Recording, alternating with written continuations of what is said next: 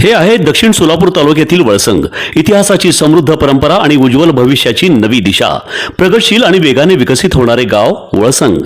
कुरनूर धरणाच्या सानिध्यात निसर्गरम्य वातावरणात वसलेले वळसंग सोलापूर पासून फक्त 12 ते 15 मिनिटे, अक्कलकोट पासून फक्त 12 ते 15 मिनिटे आणि रेनगर पासून केवळ 7 ते 8 मिनिटे अंतरावर सोलापूर अक्कलकोट महामार्गावरील उड्डाण पूल आणि वेगवान महामार्गाच्या थेट संपर्कात असलेले वळसंग.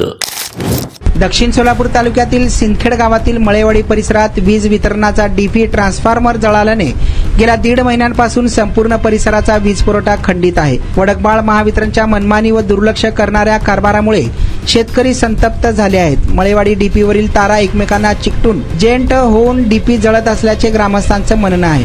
गेल्या 4-5 वर्षांपासून या डीपीची क्षमतेपेक्षा अधिक भार सहन करत आहे. त्यामुळे दरवर्षी उन्हाळ्यात डीपी जळण्याचे प्रकार घडत आहेत. सध्या जून महिना संपत आला तरी पाऊस नसल्याने शेतकरी अडचणीत आहेत. वारंवार वीज पुरवठा खंडित होत असल्याने ग्रामस्थांनी महावितरणकडे नवीन डीपी बसवण्याची मागणी केली. याबाबत सहाय्यक अभियंता महावितरण यांना निवेदन देण्यात आले. शेतकऱ्यांनी अनेक वेळा महावितरण कार्यालयाशी संपर्क साधूनही नवीन डीपी बसविणे किंवा तातडीची दुरुस्ती करण्यात आलेली नाही. त्यामुळे ग्रामस्थांच्या वतीने तीव्र आंदोलन छेडण्यात येईल असा इशारा नागरिकांनी दिला आहे. नारायण घंटे, लोकप्रधान न्यूज, दक्षिण सोलापूर, सिंदखेड. एचडी तार लूज झाल्यामुळे आमची डीपी 2दा जळालेले आहेत. सध्या ऊस सगळं वाळू लागले तर तरी आम्ही शेतकरी लई ह्याच्यामध्ये इथं वरनं पाऊस नाही, काय नाही, आणि जनावरांना पाणी नाही आणि गुरांना पाणी नाही. तर त्यासाठी विनंती करतो की साहेबांना, वाडूबाई साहेबांना विनंती करतो, हात जोडून सांगतो की त्यांनी लवकरात लवकर टीसी बसून आणि आमचे तार पोल आहे ना, एलटी पोल आणि ओढावं असं साहेबांना विनंती करतो. आणि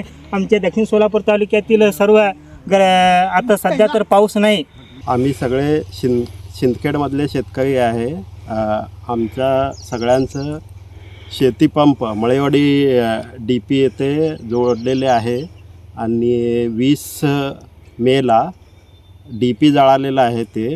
तर आम्ही त्यासाठी पाठपुरावा कंटिन्यू वडकबाळ सेक्शनला करत होतो. तर B6 फॉर्म पाठवायचं असतं डीपी जळाल्यावर ते फिल्टर युनिटला. तर लगेच न पाठवता 8 दिवसांनी लेट पाठवले. आम्ही सारखं पाठपुरावा केलं तरी साहेब बोलले की असं पाठवले, पण प्रत्यक्षात तिथं फिल्टर युनिटला त्यांचं ॲप्लिकेशन आलंच नव्हतं.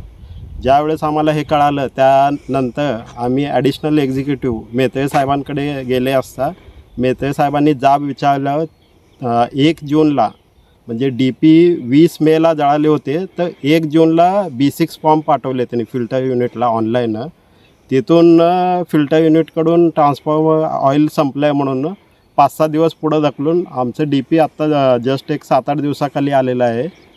तर सगळे LT लाईन सगळे लूज गाळे आहेत. त्याचाही तक्रार आम्ही वडकवाळ सेक्शनला केलं होतं की बाबा लाईन वाढून घ्या ते, नाहीतर पुन्हा डीपी जळेल म्हणून. त्याचाही दाद आम्ही परत एक्झिक्युटिव्ह साहेब टोनपे साहेबांकडे गेलतो. इथं अर्ज दिला आहे.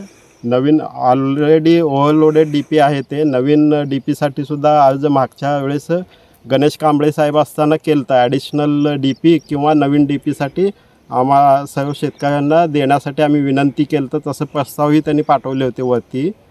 त्याचाही काही पाठपुरावा म्हणजे त्यांनी घेतले नाहीत किंवा निधी मंजूर केले नाही. आता पुन्हा लूज गाळे असल्यामुळे एकमेकांना तार स्पर्श होत होते. त्यातून काल संध्याकाळी परत डीपी जळाला आहे. याच्या आधी टोनपे साहेबांनी आदेश दिलं होतं की बाबा ते गाळे ओढून घ्या आणि मोटर चालू करून द्या शेतकऱ्यांना म्हणून.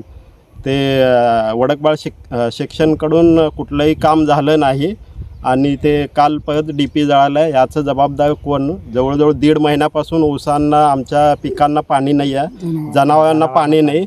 कुठून पाणी आणायचं एवढं? आम्ही सगळे 2-2, 3-3 किलोमीटरवरून पाणी आणून जनावरांना किती लागणार आहे पाणी? कोण जबाबदार आहे? आम्ही कोणाला दाद मागायचं? 1.5 महिन्यापासून आम्ही इथं सगळे मेत्रे साहेबांकडे जातो, टोनपे साहेबांकडे जातो, परत वडकबाळ सेक्शनला जातो. त्या लूज गाळ्यासाठी आहे ना PO सुद्धा काढलेत मेंटेनन्ससाठी. ते कॉन्ट्रॅक्टरने ॲक्सेप्ट करूनसुद्धा काम करेना. ह्याला आम्ही जबाबदार कोणाला विचारायचं? एवढा आमचं समस्या आहे. ते लवकरात लवकर निवारण होण्यासाठी आम्ही न्यूज महावितरणाने लवकर लक्ष घालून ह्या समस्यातून आम्हाला मार्ग काढून द्यावे.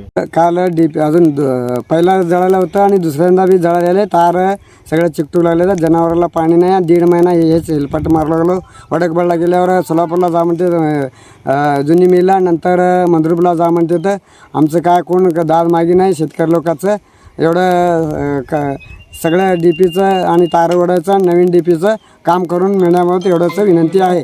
महामार्गावरून थेट वळसंगला सोलापूर अक्कलकोट गुलबर्गा महामार्ग, मोहोळ मंद्रुप वळसंग रिंग रूट, मुंबई पुणे हैदराबाद महामार्ग आणि सुरत चेन्नई ग्रीनफील्ड एक्सप्रेस अशा एकापेक्षा जास्त महामार्गाने वेढलेले गाव म्हणजे आपलं वळसंग.